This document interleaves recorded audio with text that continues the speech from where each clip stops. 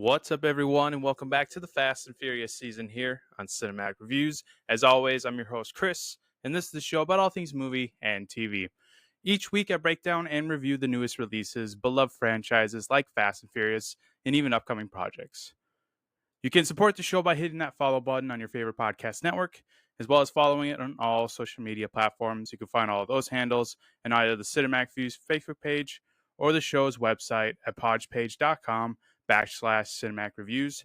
It helps the podcast out a lot, and I appreciate all the love and support out there from everyone. Dominic Toretto just went rogue. The fate of the Furious is speeding your way. Dom, your family is about to go up against the only thing they can't handle. You. You want to see the old Dom? Watch. I don't know why he's doing this, but don't give up on him so easy. Let's go! Here they come.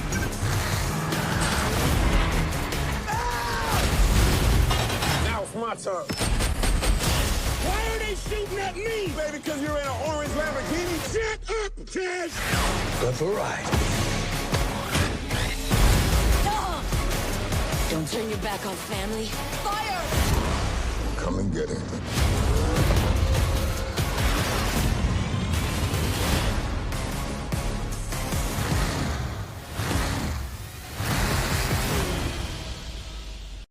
The Fate of the Furious was released on April 14th, 2017. The film stars Vin Diesel as Dominic Toretto, Michelle Rodriguez as Letty Ortiz, Dwayne Johnson as Luke Hobbs, Jason Statham as Deckard Shaw, and Charlize Theron as Cypher.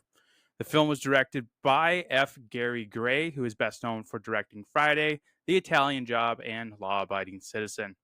There are a couple of tributes to Paul Walker throughout the film. We have Scott Eastwood, who is the real-life friend of Paul Walker. He drives two Subarus in the film.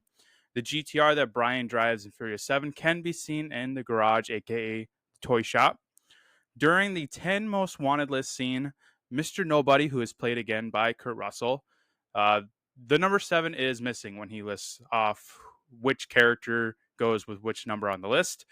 This is, of course, a tribute to Paul Walker, who unfortunately died during the production of Furious 7. And then Dominic Toretto names his son Brian. The Dwayne Johnson-Vin Diesel feud reached its boiling point during the filming of this installment, so much so that Johnson decided to pass on F9 and move on to the first spinoff of the franchise, Hobbs and Shaw.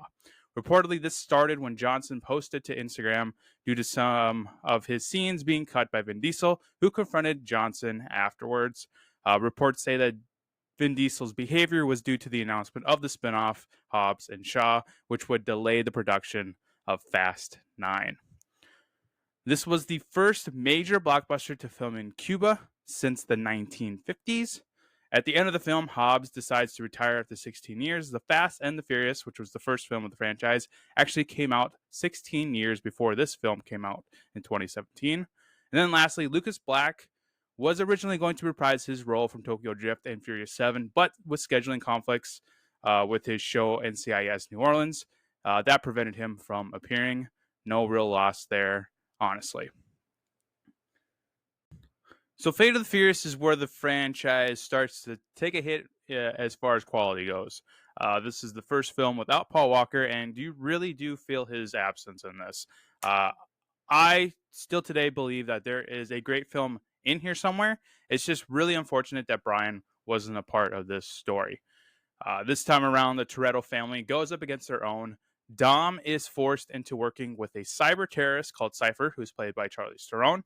It turns out Dom and Elena had a son, and Cypher kidnapped them in order to control Dom and do her bidding.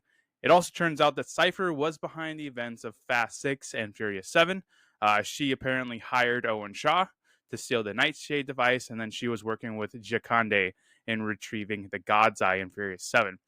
A lot of franchises tend to do this, so it wasn't really surprising that Fast and Furious joined that trend.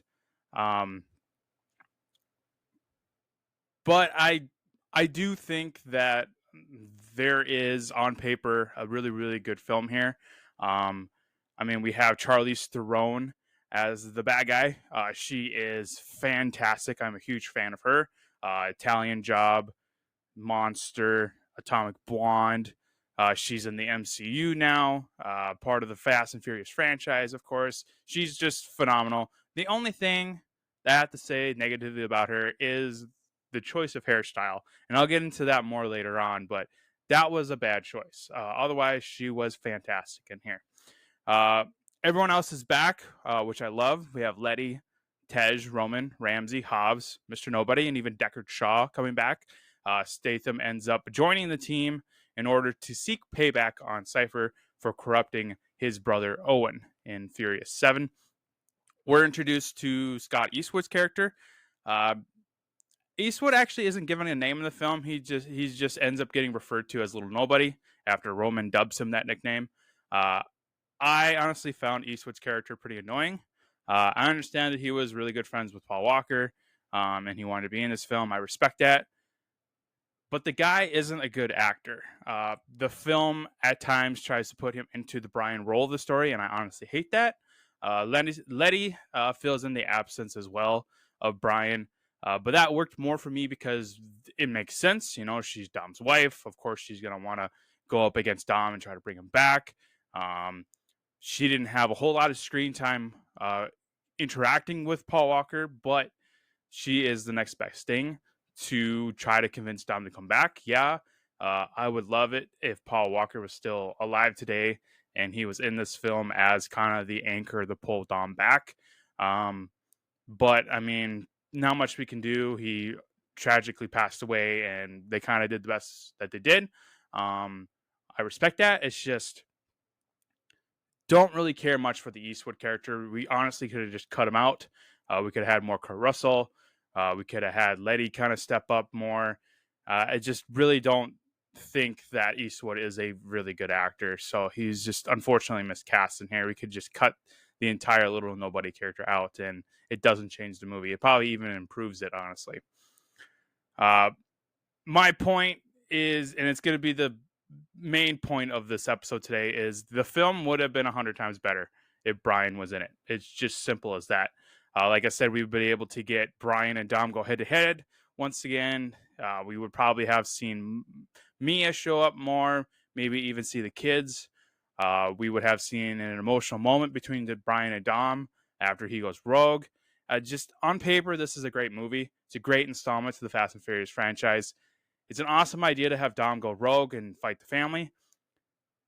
I have a couple of more negatives, but I want to save them for the negative segment for today's episode. It's just my point is Brian really held this franchise together, and with this film being the first after his passing, it just really sucks that from here on out, the franchise just gets worse and worse up until Fast 10, and it's just off the rails really bad.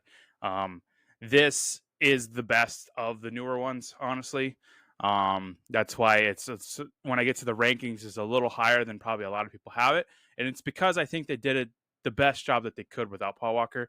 After this, it's just they dive harder and harder with the stunts and the unrealistic ability about it to kind of make up for the lack of story and the absence of Paul Walker. And yeah, when we get to Fast 9, you know, there's a couple of hints there of, you know, reminding the audience that Brian is alive and he is around.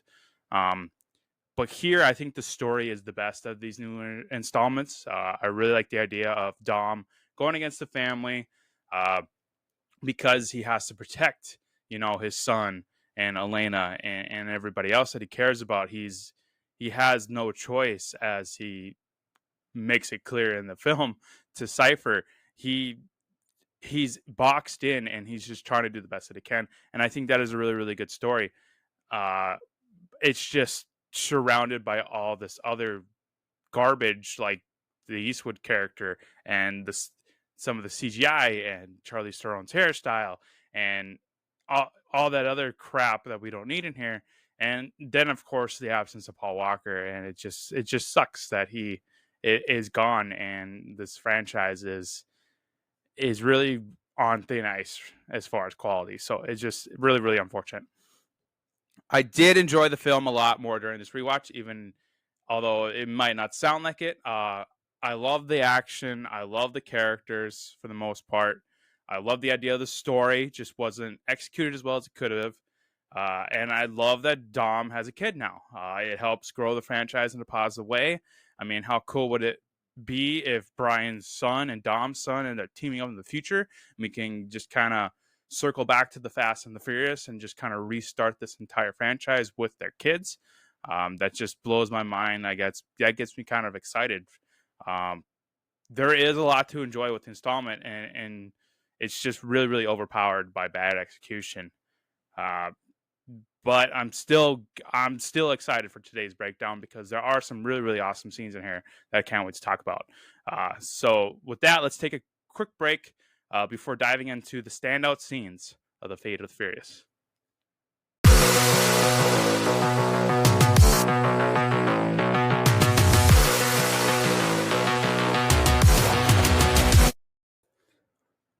On the next new release reactions, it's The Equalizer 3. Join me as I react to the final chapter of the Denzel Washington Equalizer story, which is out now in theaters. Check out The Equalizer 3 this weekend, and then head over to Cinematic Reviews for the reaction episode. It's time to dive into some standout scenes of Fate of the Furious. The first one I have on the list is Dom racing in Cuba. This is an awesome way to kick off the installment. It's very, very reminiscent of the first film, of kind of how the racing was at the core of that film. It starts off with the race. Really big homage to Dom and Brian racing each other. So Vin Diesel, from what I understand, really wanted to pay respect to his pal Paul Walker. So he had the film start off with a race in Cuba. Like I said in the facts segment, this was the first time that they filmed in Cuba ever since the 1950s because of the Mission Cuba crisis and all that stuff. So that's a really, really cool fact. But this is a great scene. I really miss the racing in these newer installments. So it's really nice to get back to the core of the franchise, which was the races. This was a pretty crazy race, really unrealistic and really bonkers, but still a lot of enjoyment out of it. Dom ends up driving his cousin's car, which is a broken down piece of crap. So Dom is forced to just rip this baby apart. You see the engine, the doors come off. He does this little trick with the NOS, or Cuban NOS, as Letty calls it. He does this little trick with the pop can tab piece that the Buster, aka Brian, taught him. So that was a really cool homage as well to Paul Walker. Essentially, this is supposed to, from what I understand, help the engine from overheating too quickly, or something like that. Well, it ends up exploding at the end of this race. But I'm not a mechanic, but from what I understand, it allows the engine to kind of get a last kind of push with the NOS going into it, and to help Dom kind of get to that last few inches of the race to end up winning. But it is pretty enjoyable race. He goes up against this I don't know what you would call him, some kind of, not really a mob guy, but he seems to be this big presence in Cuba. I guess his cousin owes him money, so Dom ends up racing to get his cousin out of the situation. Also, I mean, when you disrespect Letty, I mean, Dom's gonna kind of gotta kick your ass, so understandable as well. But great race, very, very intense. We got Dom just doing all crazy stuff. At one point, he's got to drive backwards because the engine's on fire. Once he beats this guy, he has to bail out of the car. The car goes flying up in the air, explodes in the water. It's just, it was a crazy, crazy way to end a race. But yeah, it was just a really, really fun scene to watch. Then we have Dom betraying the team during the Berlin mission. Uh, awesome action sequence with they come busting out of the German headquarters with this EMP device. Um, Tej does this cool trick with a wrecking ball on how he's able to just knock out all the enemies' cars out of the way. Uh, they they have a really good track record of just thinking of the craziest stuff with these stunts. I mean, the wrecking ball is crazy. You know, Furious 7, we had them jumping skyscrapers. Fast 5, we had them dragging a giant ass safe throughout Rio. Uh, yeah, it's just the wrecking ball was a nice touch. I really like it, and then putting the little winky smiley face on it was fun as well.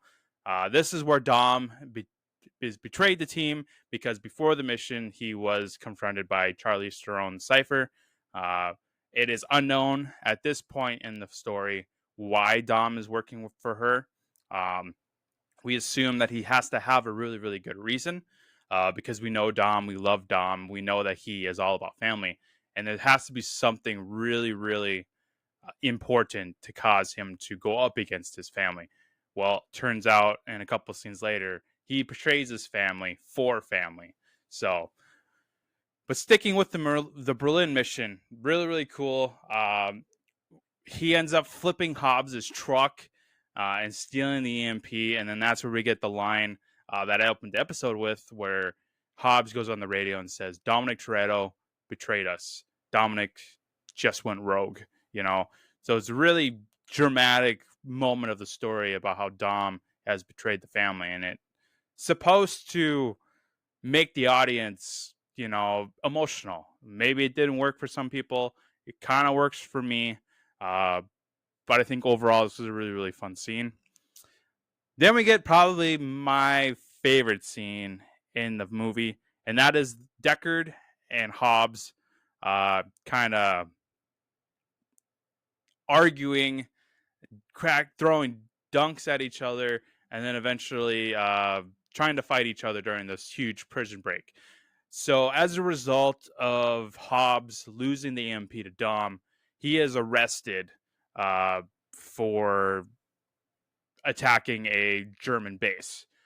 So he has to go to prison, serve some time, even though Mr. Nobody offered to help him out. But he, being the stubborn one, wants to do it himself. He wants to get out the right way.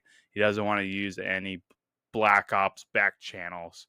And he doesn't want to work for Mr. Nobody. He wants to be a respectable citizen in society, which I totally understand. So he ends up in prison. Turns out the guy across the way from him is none other than Jason Statham, aka Deckard Shaw. So they kind of throw at some jokes to each other. Got a couple of them in the favorite quote segment of today. Really, really funny. This kind of sets up the Hobbs and Shaw movie. So I thought that was a really, really nice touch. But yeah, great action as well. Somebody tries it's assumed that Mr. Nobody is the one to break out Deckard and Hobbs. We don't find out until afterwards, but awesome fighting throughout this prison. It's just chaos. You got rubber bullets being shot at people. You got prisoners fighting each other. You got prisoners fighting guards. Statham sees this as a way to get out, so he's busting up guards and inmates as well as he's jumping around like a monkey trying to get through this chaos and escape the prison. We have Hobbs, who is the good guy, fighting guards because he has to, because he's trying to get them to understand that Deckard needs to be stopped, that he's here to help. But then Hobbs eventually just says, screw it, I'm going to go get Deckard myself. So he ends up fighting inmates and guards as well. We get the one shot in there where he goes up against like 4 guards, and then it cuts, and then we see this empty hallway and the 4 guards getting thrown into the wall to show that The Rock is huge and strong, and he's able to take on 4 guys with one movement. It's really, really cool. We got Statham doing the opposite, where he's doing, using his speed and his quickness other versus using strength, So that's really cool to get this power dynamic of the two different fighting styles. Um, but we don't get to see them fight. It stops right when they're about to throw the first punches at each other. But it's an awesome scene. It's probably my favorite. It's got my favorite line, but I want to save that for favorite quotes. So, but definitely probably my favorite standout scene. It's the scene I jump through the most when I hear the title, "The Fate of the Furious." So awesome, awesome scene. You could probably just watch this on a loop on YouTube, but it's awesome. Then we go down to Dom and Cypher attacking Nowhere, which has been branded the headquarters of this Black Shadow operation that is run by Mr. Nobody. Crazy sequence. We get these really, really cool concussion grenades that come out of this device on the floor, and it shoots like 5 or 6 of these things at once. It's really, really cool. The Rock at one point grabs one, throws one, but he's still thrown through some glass. This is where we get the, not really a reveal, but we get the first interaction with Rogue Dom and Letty. So, she's trying to talk to him about, you're going to turn your back on family. You're making a big mistake. This is us. You know us. I know you. This isn't you. So Charlize Theron comes in and kisses Dom. Not really on board with that. I don't know what that was all about. Probably could have cut that out of there. We really didn't need it. It's just really, really awkward.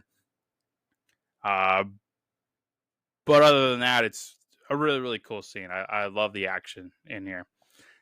Then we move forward a little bit, and the next scene I have is the Elena and Little B, a.k.a. Brian. He ends up being nicknamed Little B in future installments, so I just refer to him as Little B. We get the reveal that they exist, and they are the reason why Dom is doing what he's doing. It's very emotional. Little B is really, really cute. Elena's back. She's awesome in here, even though we only get to see her in a couple of scenes, and she's behind glass the entire time. But really cool that we get to call back to her and the reveal of her son. I'll talk about this a little more in the negative segment, but I wanted to at least bring it up now. I'm not exactly sure the timeline on how this all works out. So she must have been pregnant at the beginning of Fast 6, because that is the last time that they are together romantically. So I need to I should have looked up the timeline of this, but it seems like a really, really, really long pregnancy. So she was probably pregnant through most of Fast 6, all of Furious 7, or maybe she had the baby in Furious 7, and it's just revealed in Fast 8 that Little B exists. I mean, Little B is not that old. But maybe I'm just analyzing it, but it seems like the pregnancy here is a bit wonky as far as timeline goes. That's my big issue with this. Otherwise, it's a pretty emotional scene, like I said. Really, really cool to get Elena back in the franchise. And the reveal of Little B, who is really, really cute. So, really cool scene. Then we go to Dom stealing the nuclear football from the Russians, which is a really badass scene. We get this crazy stunt sequence with Cypher remote controlling all the cars in the city. So we get this really big, it looks like a zombie horde, but with cars going through the city, and they kind of just crash into this motorcade that the Russian prime minister or president is in. They have the nuclear codes with them. This is Dom missions to get the nuclear codes. So he puts on this really cool, like, army of two, if you ever play that game. Really cool army of two masks, as I like to call it. He's got his giant chainsaw with him. He's got this really, really cool ballistic shield. He looks like a badass. I really like this look on Dom, honestly, even though he's the bad guy technically. But I really, really do like this look of him. He looked like Vin Diesel was a badass in this moment. Even if I don't think he's the greatest actor ever. He looked like a true badass, and I love it. This scene was really, really intense, really action-filled. In order to get the nuclear codes, he, cuts open the gas compartment of the limousine and threatens to throw a flare on it and blow them up if they don't give him the nuclear codes. So that was a pretty smart way to kind of get the codes without killing anybody. Um, but yeah, that stunt scene with all the zombie cars was really really cool. CGI wasn't great on there. There's a couple shots in there where I thought the CGI was pretty shoddy. But from the most part, it looks like they did a large part of it practically, especially the scene when the cars are going off of the garage ramp, off of the ledge there and falling down on the limousine. That was a lot of that was done practically, so that was really cool.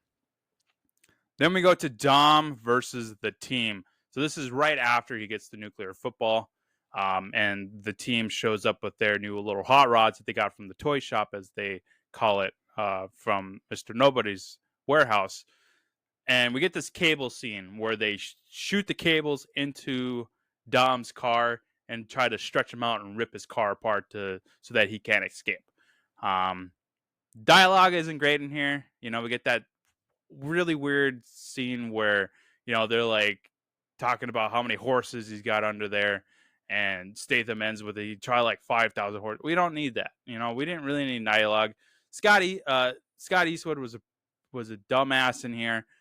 He tries to just go head to head Dom, and he gets taken out of the equation pretty quickly, which I enjoyed. He can just stay out of this entire movie if you ask me.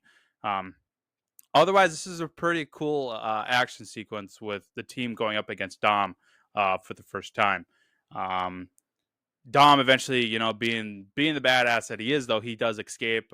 He ends up, at one point, he crashes into Roman's Bentley and flips him over, causing him to have some room to work here.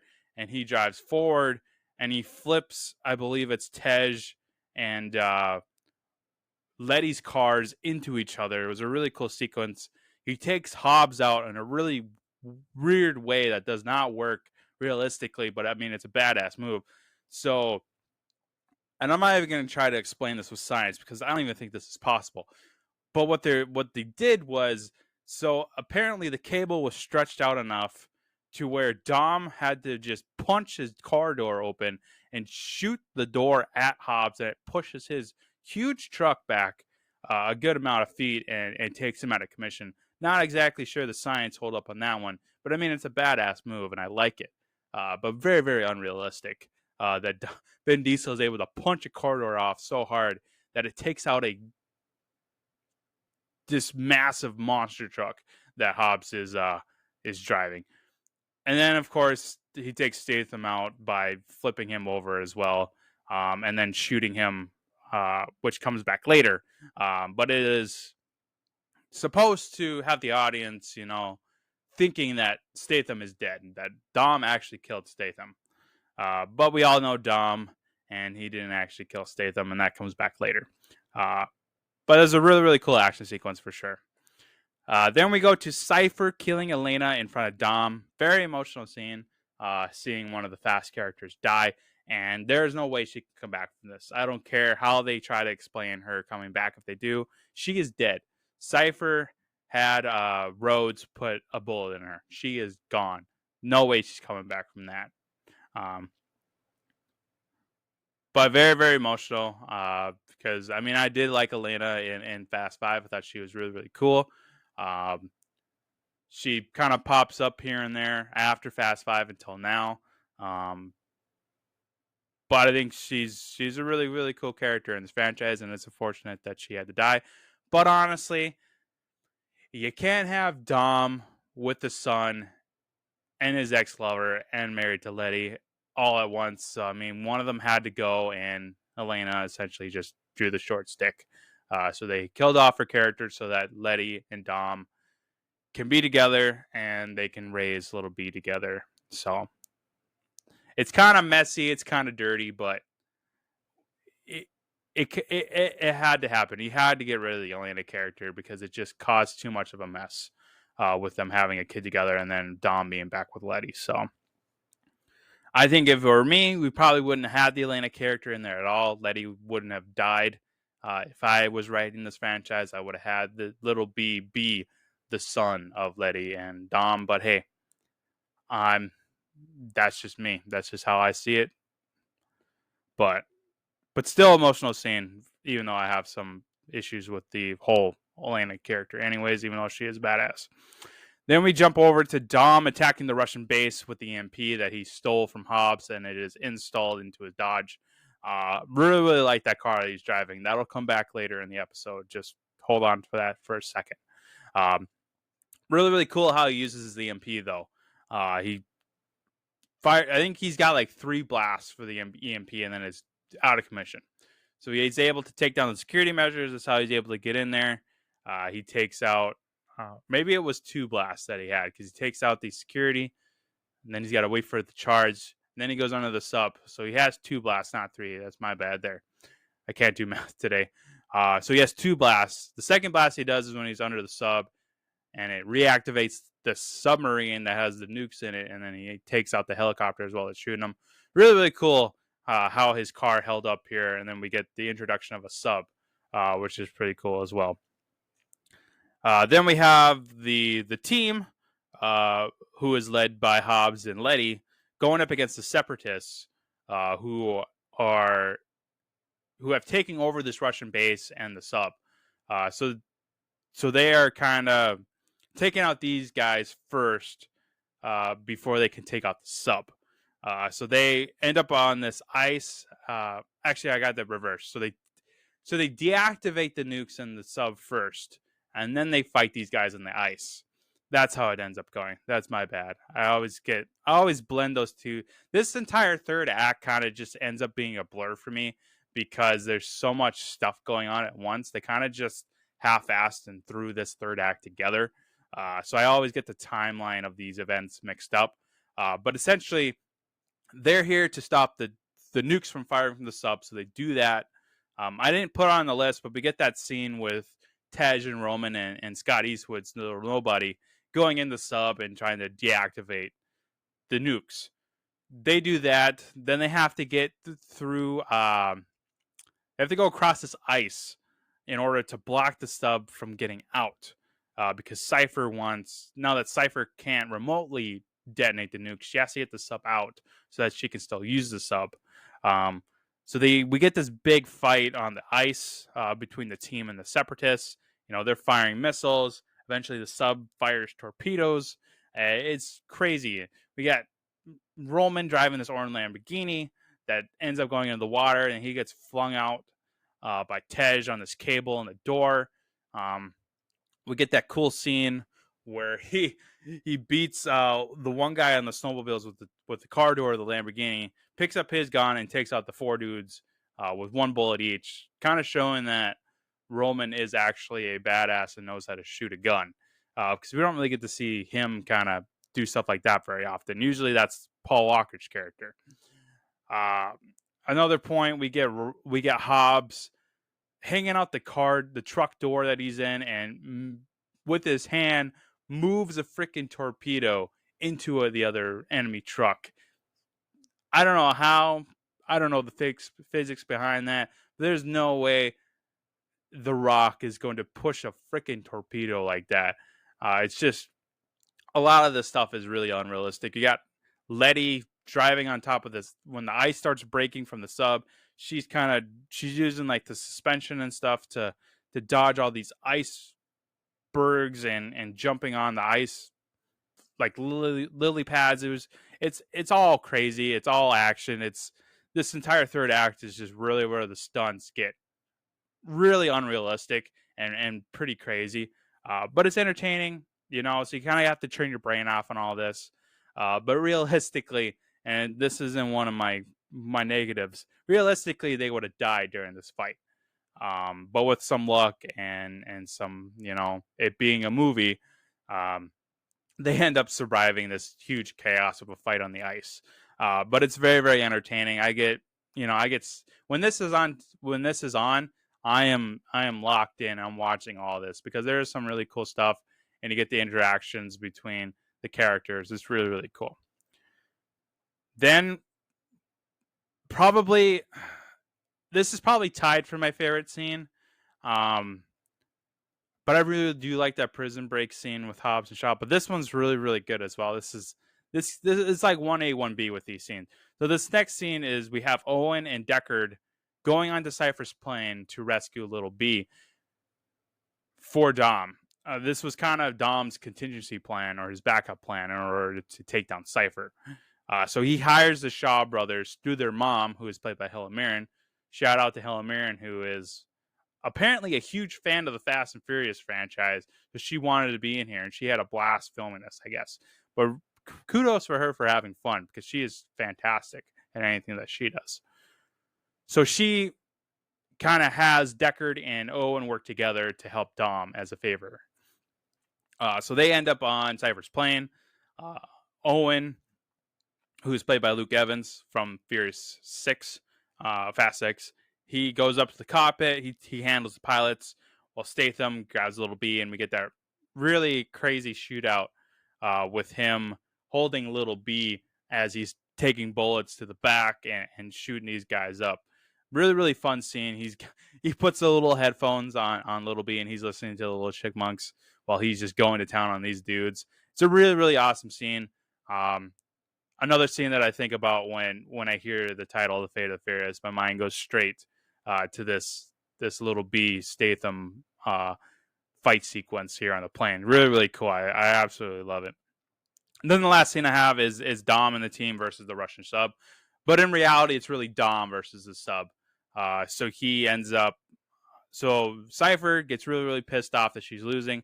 So she fires the heat-seeking missile from the sub.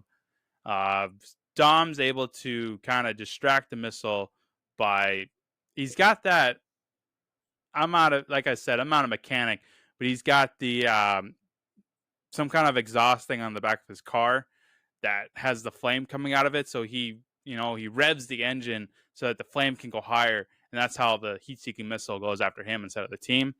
So he's driving around while this missile is following him. He gets this bright idea to take out the sub with his own missile. So he drives back.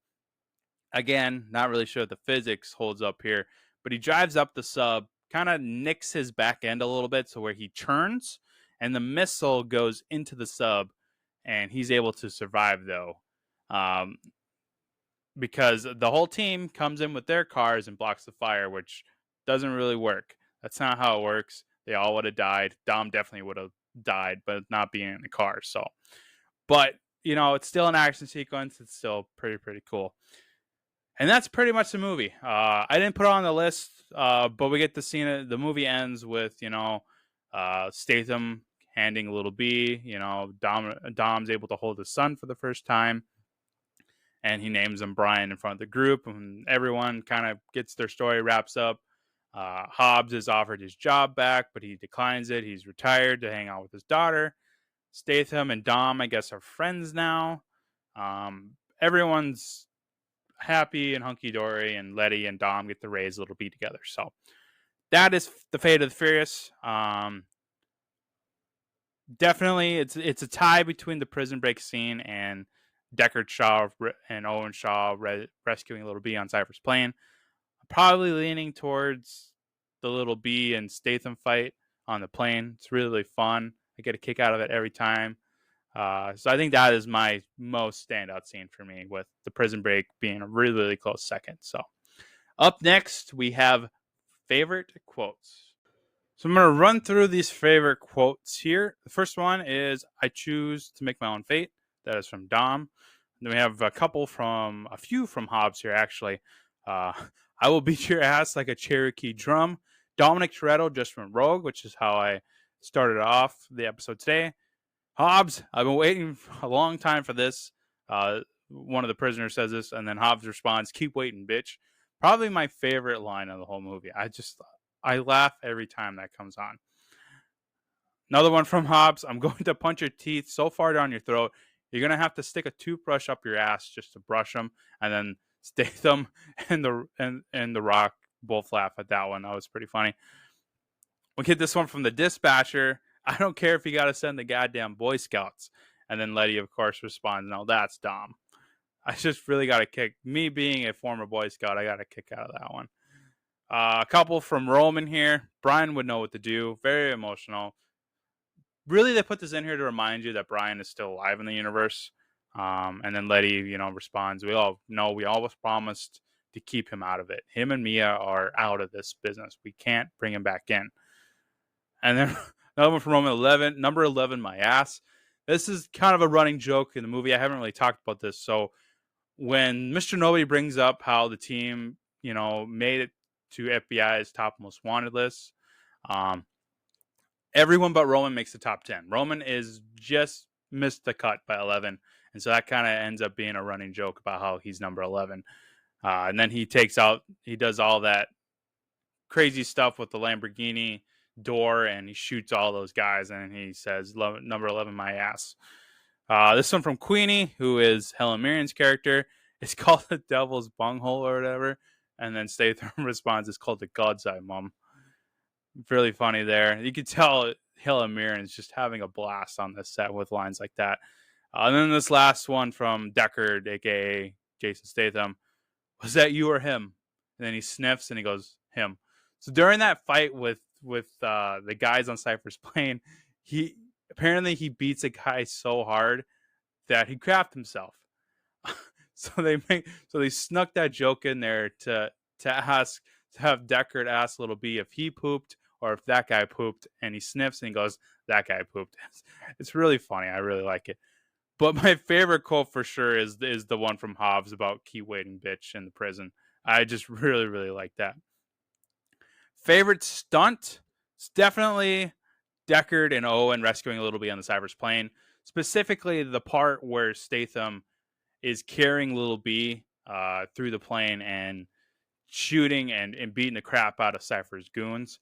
I love Jason Statham is probably one of the best action stars working in Hollywood right now. He's one of those actors that prefers to do as much of the stunts as possible himself.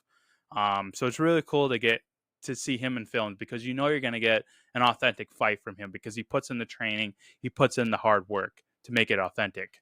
I put him right up there with, Tom Cruise, where he wants to have an authentic experience when it comes to the action. So I really, really expect that. He has Expendable 4s coming out, which he looks pretty good in there. He had the Meg 2, the Trench come out a little bit ago. Looks like there's a lot of action in there that he was a part of. I love him in Wrath of Man from Guy Ritchie. He did a lot of really cool action stunts in there. The first film I remember seeing him in is The Italian Job.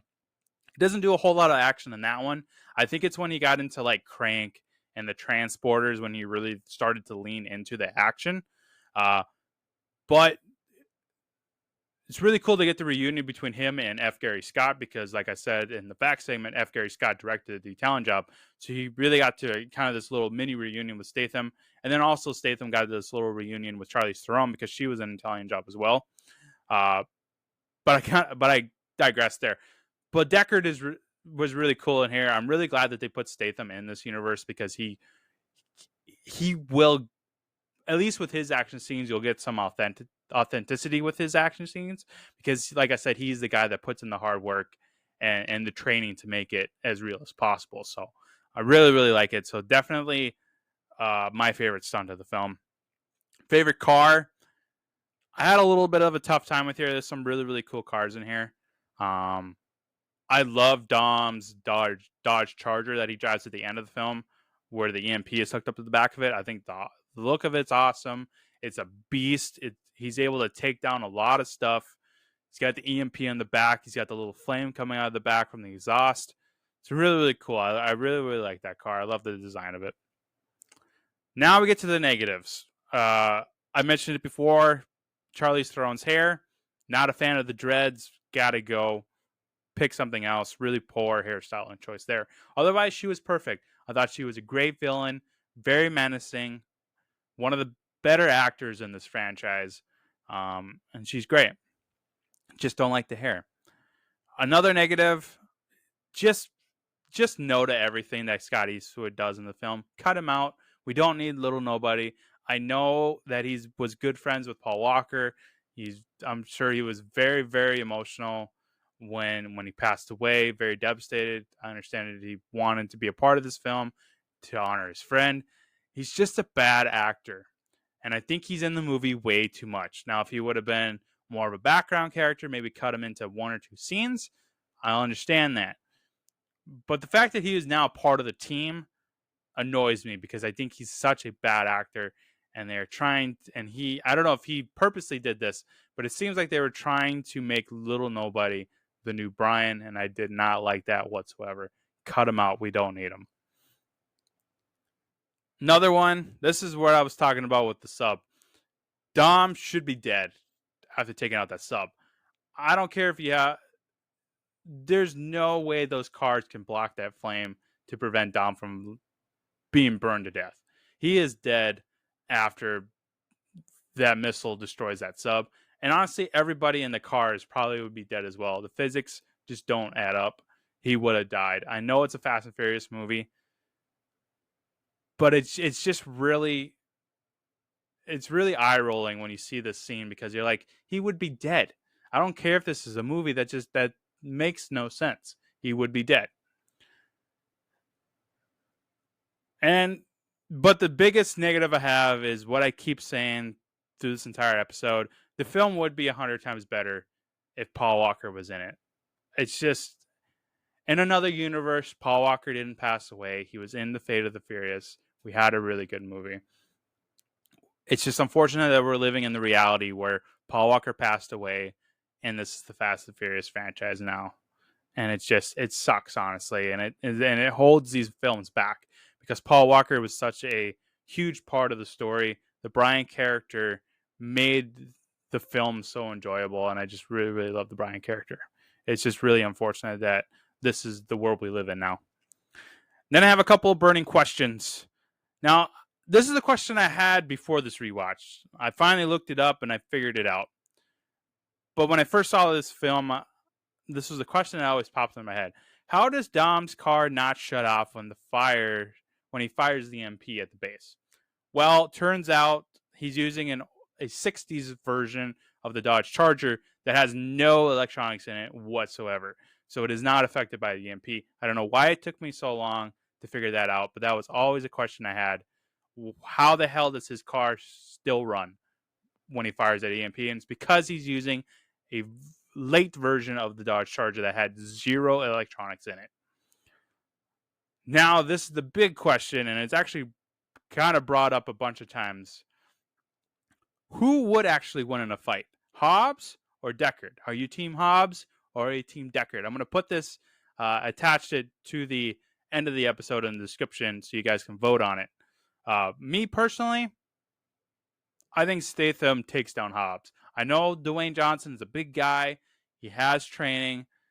I think Statham is the better fighter. I think he has the speed, the training, the tactics to take down Hobbs. I am Team Deckard, but that is me personally. I can see the argument for Team Hobbs, but I think Team Deckard all the way takes down Hobbs. But like I said, I will post that at the end of the description of today's episode so you guys vote on it. I'm curious to see who is all Team Hobbs and Team Deckard.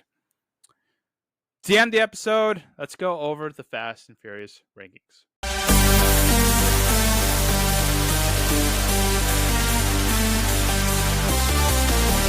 So here is the current rankings of the Fast and Furious franchise. Number 1, Fast 5. 2, Furious 7. 3, Fast and Furious 6. 4, The Fast and the Furious. 5, Fast and Furious, aka Fast and Furious 4. 6, Too Fast, Too Furious. 7 is where I put the Fate of the Furious. 8, Tokyo Drift. 9, Hobbs and Shaw. 10, Fast 10. And then 11, Fast 9, The Fast Saga. Now, the Fate of the Furious, I think, is in the right spot. It's the better of the newer installments. I think I liked it better than Tokyo Drift. I had some issues with Tokyo Drift. But it's not quite there with Too Fast and Furious because I love Paul Walker so much. I know a lot of people are pretty down on Too Fast and Furious. I think if you listen to that episode that I did, I'm actually a fan of it. I love Roman and Brian's interactions there. Eva Mendes is awesome. We get to meet Tej for the first time. The villain is kind of whatever. I understand that. I know Charlize is a better villain. But I think overall the movie for me is more fun. I just have a lot of issues with Fate of the Furious, specifically, Scott Eastwood's character, the execution, Charlize Theron's hair, just a lot of issues. So that's why it's towards the bottom of the list, but it's still one of the better ones of these newer installments for sure. I don't see it moving up at all. I think it's right at the right spot. When we get down to Hobbs and Shaw and Fast 9, I'm curious to see if those kind of switch around. But I think Fate of the Furious is in this perfect spot, and it's not going anywhere. These bottom four are definitely not beating it. It's just going to be a matter of how these bottom four shape out within each other. And I'll talk about that more on the Hobbs and Shaw episode and then Fast 9, which I'll do afterwards. So we only have 2 episodes left of the season. We won't be doing a breakdown of Fast 10 since it just came out this year. You can go back and check out the reaction episode that I did for Fast 10. But I will be doing Hobbs and Shaw and F9 to Fast Saga to wrap up the season. And then I will reveal season 10 of Cinematic Reviews, and I'm super, super excited to announce what that season is going to be. But we have 2 episodes left of the Fast and Furious season. It's bittersweet. I've had a blast watching these movies and doing the podcast. One of my favorite franchises of all time. I'm glad I got to add this to the Cinematic Reviews library. I'm really excited to check out Hobbs and Shaw and F9 because I have not seen them since they came out. Hobbs and Shaw came out in 2019, and then F9 came out a couple of years ago in 2021. So super excited to see how I feel about those after all these years. But yeah, those are the Fast and Furious rankings. You can find those on IMDb and Letterboxd. All you have to do is just search for Cinematic Views, and it'll pull up all the lists that I have done. There's like 80 or 90 on there, and I'm constantly adding more on there. I'm going to add the Equalizer rankings on it in preparation for Equalizer 3 that I'll be reacting to next on new release reactions. So I'll be kind of rewatching the Equalizer movies and building up that list. So that'll be posted here shortly, and you guys can check that out if you are heading out to see Equalizer 3, or if you're seeing Equalizer 3 and you're kind of curious how I rank those first 2 films. And then, of course, I'll talk about that in reaction episode. But yeah, definitely check out all my rankings. It's part of the reason why I wanted to do this podcast, because I love ranking franchises and movies together. So check them out on IMDb and Letterboxd. Just search for Cinematic Reviews. Well, that'll do it for this week's Fast and Furious episode. Tune in next time for the breakdown of Hobbs and Shaw, the spin-off installment of the Fast and Furious franchise. Also, check out new release reactions every week on the show. Next, I'll be reacting to the Equalizer 3, which is out now in theaters. So go out to your local theater and check that out, and then come back and listen to my reaction on Cinematic Reviews. Until then, always remember to live life a quarter mile at a time.